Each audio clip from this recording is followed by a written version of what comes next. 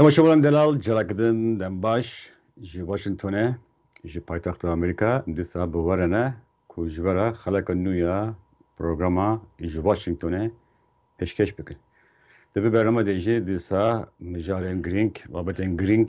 em ê ji we re şîrove bikin ku hem di nava bîra giştî Amerîkî û hem jî di qada cîhanê de ciyên girîng dilîzin. Temaşavanên delal îro mijara me yeke gotûbêjên li ser Afganistanê ye ku vêkişîna Afganistanê çend hefte ne bûye sedema erdhejek hem li hundirê Amerîka û hem ji derve û çend rojên jî Kongresa Amerîkî ji kardestên payê bilind yên Pentagonê hesab dipirse pirsan ji wan re dike senatör taybetî ji Komîteya Pêwendiyên Derve ya Civata Senatoran ya Amerîkî rûniştin dike derdixe ka bizane ev peyvajî çawa bû çima wisa bû berpirsî li ser kê ye hûn jî dibînin dişopînin sîstema Amerîkada wisa ye em çim caran her caran ji we re dibêjin di bernameyê xwe de ku Kongres wek kontrolgerek li ser hikûmetê pir caran li ser mijarên girîng wisa rûniştinên wiha amade dike û dixwaze bibe xudan têgihiştinekî baştir ku çima çêbûye sedem çîne kî berpirse çend rojin General Mark Milley serokê hêzên hevbeşên Amerîkî ye li Amerîka temaşavan delal leşkerî Amerîkî ji marekî beşan pêk tê çar beşên serekî hene arteş hêzên esmanî hêzên deryayî û marîn dema li Amerîka mirov dibêje arteş ew tene beşek ji hêzên çekdariyên Amerîkî ye loma li artêşa Tirkiye artêşa Iraqê artêşa Sûriye li wateyê Amerîka'da artêş tene beşek ji hemî hêzên leşkerî ye û general jî hem serfermendar hemî hêzên hevbeş e Amerîkî ye û her wiha General Kenneth McKenzie ev jî serfermendarê CENTCOMê hêzên navendiyên Amerîkî ku rojhilata navîn û Afganistanê berpirse û dîsa General Lloyd Austin ku ev bixa jî ji hemiyê bilindtir e wezîrê berewanî ye ji ber Pentagonê berpirse ev her sê kesên bi nav û deng payê bilind çend rojin li pêş senatoranın bersêva wan didin pirsên senatoran didin niha di bîra giştî Amerîka'da çend rojin me got yani gotûbêjin wiha didomin weneyek wiha derdkeve ku çawa serokê Amerîka Joe Biden berawa jî daxwazên fermandarên xwe leşkerên xwe payê bilind biryara vêkişînê daye do General bixa jî got ku çawa li gor nêrîna wî wenê Amerîka ketiye bin erdê navê Amerîka lawaz bûye sist bûye divê wiha nebûye wî nedixwast bi wî awayî vêkişîn çêbe hêzên Amerîkî bi wî awayî Afganistanê bihêlin bi heman awayî General McKenzie jî bi heman awayî daxî yanî mirov dikare bêje mirov ji aliyê rêveberiya Biden binêre fermandar leşker niha bi eşkereyî li pêş hemî kamerayan dibêjin ku biryara vêkişînê dijî vîna wan dijî daxwaza wan pêk hatiye wan fermanê serfermandar dedî temaşavan delal li Amerîka serfermandarê giştî hemî hêzên çekdar serok e serokê Amerîkayê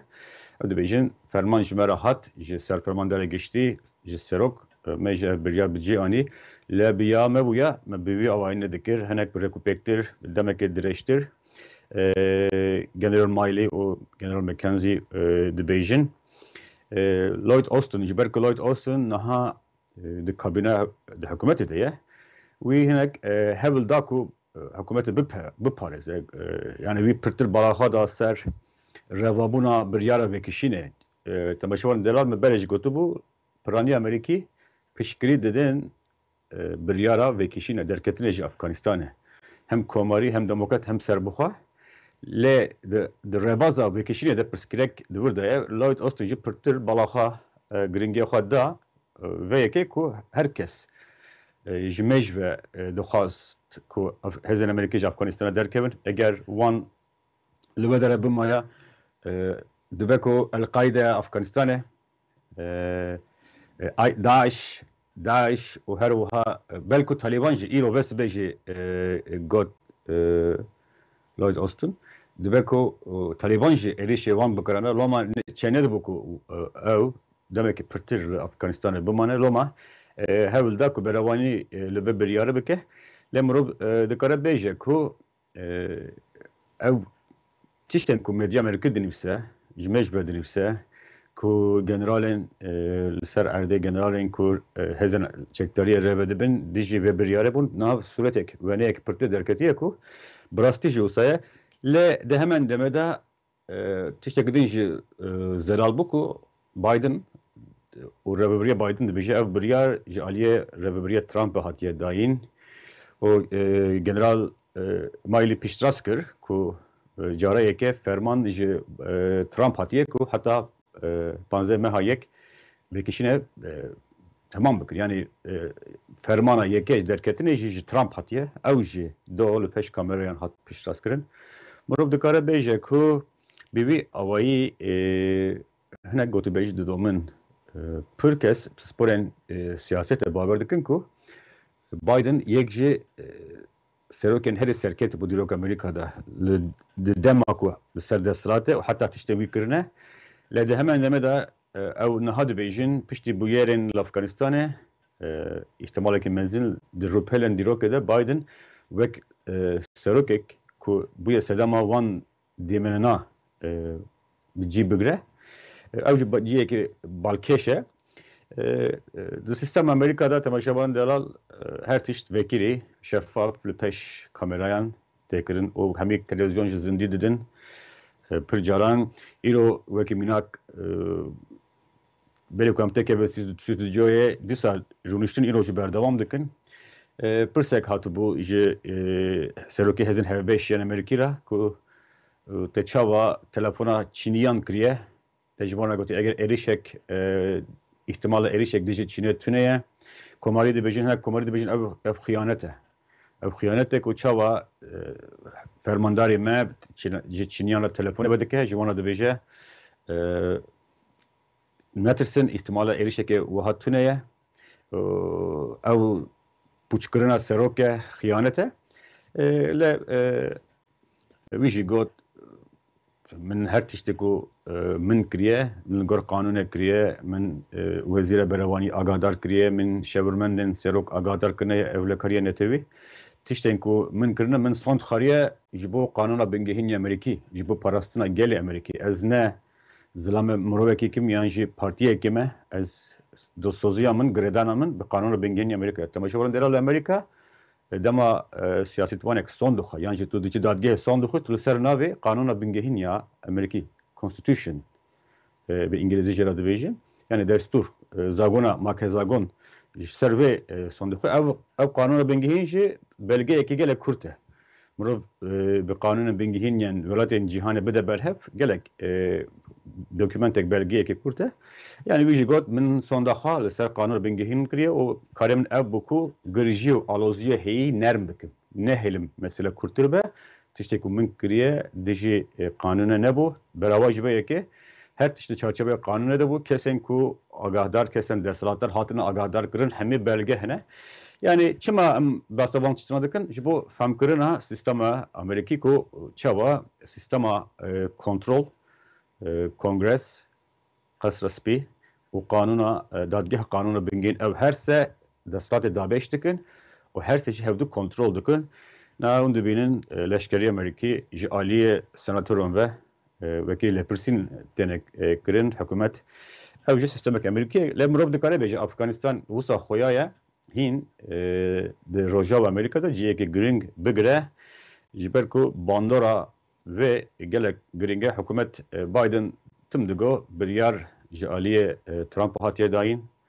Trump bê ku tiştekî berbiçav bigire her tişt çareser kiriye bi Talibanê re sedem bi Trump e û sedema duyê jî hikûmeta Afganî û hezên artêşa Afganî ji ber ku wan şer nekir wan welata xwe teslim kir mirov dikare bêje گوتی بیشن وها جی دومن کو کنگرس جی نها رونشتن وها دردخ تباشوان دلال د مجار ما میا دویه ده ما جیبدن دیسا سر کنگرس بمینن کو کنگرس her du beşin kongresi civata senatoran o civata nuneran naha ketine hevleki ser du paketin mezin ku bernameyen din dajme baskırı bu çava du paket ene ku ev kongres duxaze derbaz bike jwan yek paketeke hevbeşe paketa binesazi icra dibijin infrastructure bill ku nırx ve 1.2 trilyon dolara o her du parti ve her rap pişkiri didin o pırtır dixaze binesazi Ameriki re pır bendaf fringe hesin re xaten internete bejin tiştin wuha ku Biden bawer dike pediviye ji bo keberke kirin peşvazî kirin yan jî peşîgirtina hezbûna Çînê ew dibêje divê em binesaziya xwe xurt bikin û ji bi salên dirêjê ku binesaziya Amerîka jî nehatiye xurtkirin gelek rê hilweşiyane pir edê temenê xwe temam kirine divê em hem internetê xwe xurt bikin binesaziya xwe xurt bikin ku bikaribin di aboriyekê wiha de dijî Çînê şer bikin pêşî Çînê bigirin û her du partî jî em bêjin piştgirî didin civata senatoran ev paket qabûl kiribû divê civata nûneran jî dengdanê bike her du beşin kongrese li ser hemen tekstê dengdanê dikin piştî ku ew her du alî qabûl dibin hinge dişînin pêş serok jî imza dike dibe qanûn lê di hemen demê de paketeke din jî heye dîsa me di bername bere de gotibû paketeke dibêjin build back better em ji nû ve ava bikin bi awayekî baştir wekî mirov kurtî wergerîne kurmancî ew jî paket yek jî em bêjin siyaseta girîng ya Serokê Amerîka Joe Biden'a yani paketeke Partiya Demokrat e bohayê wê jî 3.5 trilyon dolara pirtir ji bo xizmetên civakî bijin xurtkirina alîkariya bo malbatan perwerde baxçe zarokan lênîrîna kalopîran nexweşan tiştên wiha ku partiya li gor gotina demokratan partiya komarî piştgû kirine partiya demokrat bêjin komarî tene xema devlemandan zengînan dixwin karsaza dixwin milyonera dixwin lê gelê Amerîkî Çîna navîn Çîna karker koçber kesên ku bu maaşên biçûk hewil didin debara xwe bikin ew hatine piştçav kirin hatine piştgû kirin taybetî xizmetên saxlemiyê doktor xwendin tiştin wiha pir buhane Amerîkiyên ji rezê nikarin wan xizmetana wergirin loma divê paketek wiha derbas be ku jiyana wan hesan bike lê di nav partiya demokrat de taybetî dû nav hene dû senator hene me bere jî gotibû çawa ew ji ciyên ku partiya komarî xurtin hatine hilbijartin aliyê ramyarî aliyê siyasî nêzîkî komariyanin tabii ku nav demokrata da cî digir nêzîkî komariyanin nav du kes senatora Arizona Kristen Sinema o ya West Virginia Rojava John ew dibêjin em piştgirî nadin vê paketê ve ev paket pir mezine barê hikûmetê girantir dike bütçe kemahiya nav bütçe Amerîkî kurtir dike divem imza nadin vê paketê kesên çepger di nav Partiya Demokrat de wekî Bernie Sanders ku baskê wan ew jî dibêjin eger ev paket bi hevra neyê derbas kirin çünkü berê li hevkirin ev her du paket bi hevra di kongresê de derbas be niha ew du kes dibêjin em imza nadin hingê jî çepger jî peşverû jî dibêjin progressive wing jê re gotin ew jî dibêjin em jî nahêlin ku paketa hevbeş derbas be do Serokê Amerîka Joe Biden li qas spî bi wan du kesan re hevdîtin çêkir du senatoran ve Partiya Demokrat ketiye rewşekê rewşekê tengav ji ber ku hinek dibêjin bila paketa 3.5 em nekin mijarekî mezin ji ber ku di paketa din de ji tiştên gelek tiştên baş tiqenciya welet de hene em nekin qurbanî Yeniden dibêjin Bernie Sanders ew dibêjin çima du kes partiya me hemî dîl bigire ji xwe krîz heye, pandemî heye, bekarî heye, korona hatiye ji hemî xirabtir kesên reben, kesên hejar, jar xizan bandore dibînin yê dewlemend hîn dewlemendtir dibin. Loma çima em bihêlin du kes partiya me dîl bigire pakete ku xizmete gel bike û xizmeta eyaletên wan her du kesan jî bike. Yani Arizona û West Virginia bike çima em bihêlin yani mirov dikare bêje hem qasda spîket yereng rewşekê xirab hem kongres niha li ber sibe pênçemê dengdan civata nûneran da werekirin li ihtimal heye ku vecarê jî Partiya Demokrat bixwe nehêle ev paket dengdan li ser çebe û paket derbas be ji ber ku ew dibêjin soz ebû hem paketa hevbeş ya 1.2 trilyon dolarî û hem jî paketa Partiya Demokrat bixwe ku 3.5 trilyon dolar be hevra derbas bin. Mirov dikare bêje hinek girîjî aloziyê ji Washingtonê heye ji ber vê rewşê ew saetên pêşiya me krîtîkin danûstandin ve çawa bin. Mirov dikare bêje hinek Washingtonê rewşek wiha jî heye. Korona jî bêguman her ciyê xwe digire li Amerîka. Hikûmeta federalî çend hefte berê biryar dabû ku karmendên hikûmetê memuran hikûmetê mühlet dabû ku xwe vaksîn bikin, derzî li xwe bidin û ew hêdî em digêjin dawiya vê mühletê eger heta hîngê kesên ku ji bo hikûmeta Amerîkî kar dikin xwe vaksîn nekiribin û sedemên wan yani rewaja tune bin ew ê rûbiriyê kiryarên dîsîplînî bibin ji kar werin dirxistin werin qewtandin rewşek ji wiha ye ne tene hikûmet hikûmetên em bêjin hikûmeta federalî û hikûmetên xwecihî gelek ji wan û her wiha kompaniyên mezin jî wekî minak United Airlines yek ji kompaniyên herî mezin ya esmangerî ye helên esmanî ew dibêje beşekî pir mezin ya xebatkarên me xwe vaksîn kirine pêbendî bi biryarê me kirine biryara hikûmetê kirine li hinek ji wan jî xwe vaksîn nekirine ew ji kar tene dûrxistin em ji wan şansekê din bidin li wan godar bikin eger ne tiştekî tune be em ê wan ji kar derxin yani mirov dikare bêje hikûmet jî nahinek rewş digoyîşîne ku korona êdî bibe mecbûrî herkes vaksîn li xwe bide ve hemen demin de jî kompanya Pfizer ya Amerîkî û BioNTech ya Almanî ew her du şirket bi hevra kar dikin hûn dizanin vaksîna wan jî bi bandor e Pfizer dibêje testên ku me kirine li ser zarokan encamên baş derxistine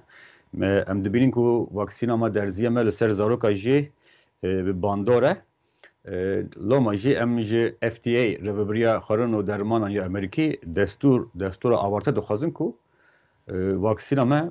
li ser zarokan jî were kar anîn niha li Amerîka zarokên heta 12 salî tene derzikirin li zarokên bi vê biryara nû eger derbas be eger FDA ere bike zarokên 5 heta 11 salî jî ve bikaribin werin vaksîn kirin ev jî tiştekî girîng e ji ber ku bi vebûna dibistanan bi vebûna em bêjin çend hefte nêzîkî 3-4 hefte ne gelek ciyan dibistan vebûne dêw jî bitirs bûn ku cûreya delta taybetî zaroka jî dike armanc gelek zarok bi vê nexweşiyê ketine û dêw jî bitirsin ku li xwendingehan ciyên wisa şênîbar zarok bi hev rane ve nexweşî derbasî hev bikin ger biryara daxwaza Pfizer were qebûl kirin ne dûre ku pêş di nav çend hefteyan de êdî zarok jî bikaribin werin vaksîn kirin ev jî peşketilekî nû ye ku ji 5 salê heta hemî mezin ve bikaribin vaksîn kirin ev jî tiştekî nû ye ji ber ku daxwazên wiha mezin ji malbatan hebûn ku zarok jî werin derzî kirin û Pfizer jî dibêje ciyê şabûnê ye ku encamên erenî hene ev vaksîna me zarokan jî diparêze Pfizer dibêje bêguman avaye yani hejmar miktar ku em bidin zarokan ji ya mezinan hindiktir be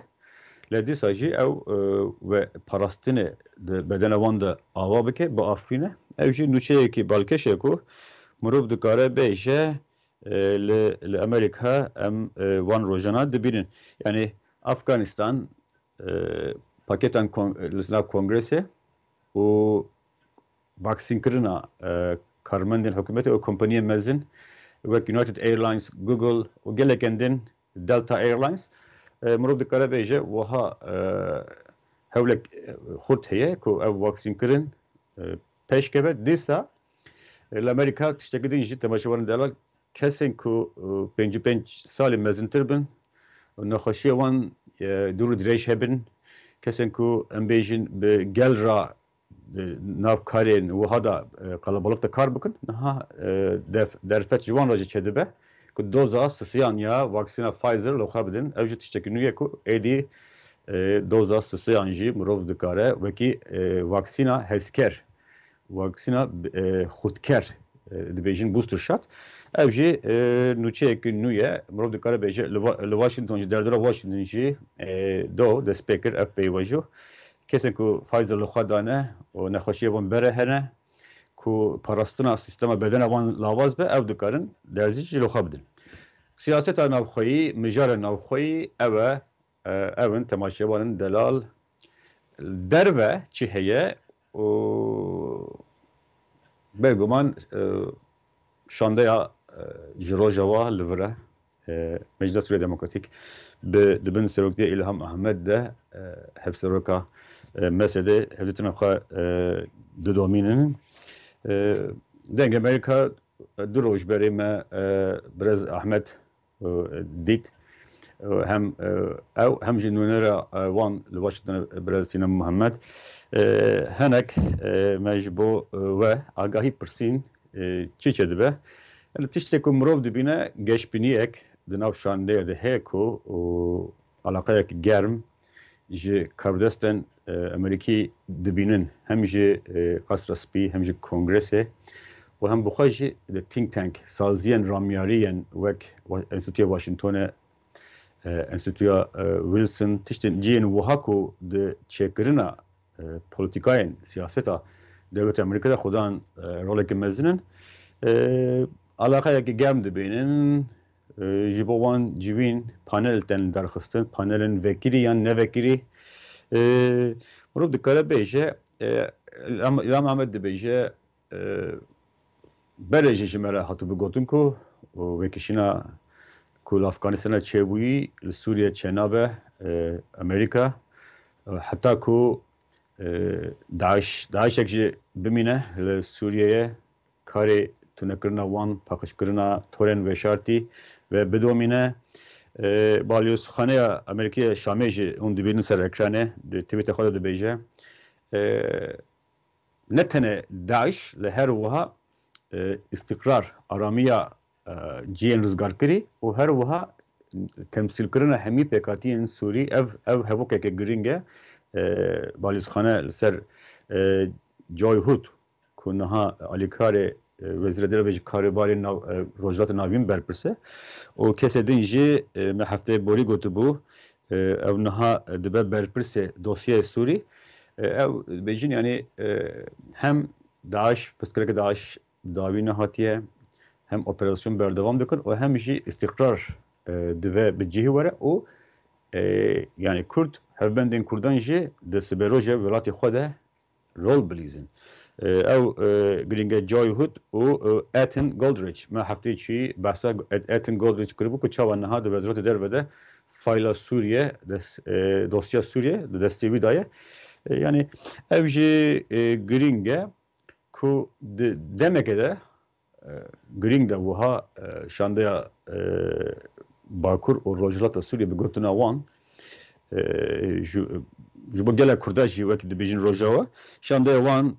li vir hevzina xwe didomînin di şandeya de Nazîra Gevrî heye yek ji rêveberên Partiya Sûriyanî ev jî PKK'yekê girîngê herêmê ye û Hasan Yusuf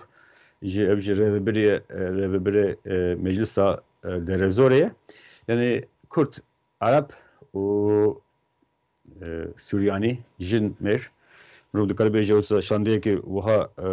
دولمنت هاتیه یا د مدیا امریکا دا جی دگره هاتنا وان